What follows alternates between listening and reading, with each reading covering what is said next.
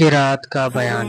قرأت یعنی قرآن شریف پڑھنے میں اتنی آواز ہونی چاہیے کہ اگر بہرا نہ ہو اور شور و غل نہ ہو تو خود اپنی آواز سن سکے۔ اگر اتنی آواز بھی نہ ہو تو قرأت نہیں ہوئی اور نماز بھی نہ ہوگی۔ در مختار جلد 1 صفحہ نمبر 356۔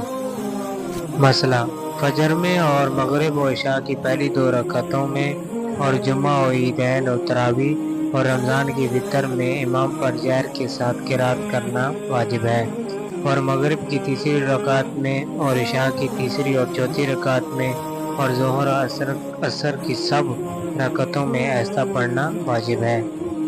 مسئلہ: جہر کا معنی یہ ہے کہ اتنی زور سے پڑھے کہ کم سے کم صف میں قریب کے لوگ سن سکیں، اور ایسا پڑھنے کا معنی یہ ہے کہ کم سے کم خود سن سکے۔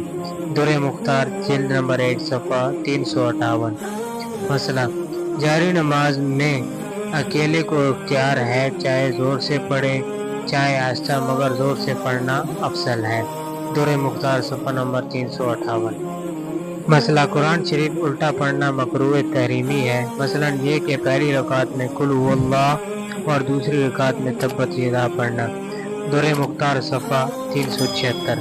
مسئلہ: درمیان میں ایک چھوٹی سورت چھوڑ کر پڑھنا مکروہ ہے، جسے پہلی میں قل هو اللہ اور دوسرے میں قل اعوذ برب الناس پڑھے اور درمیان میں صرف ایک سورت قل اعوذ برب الفلق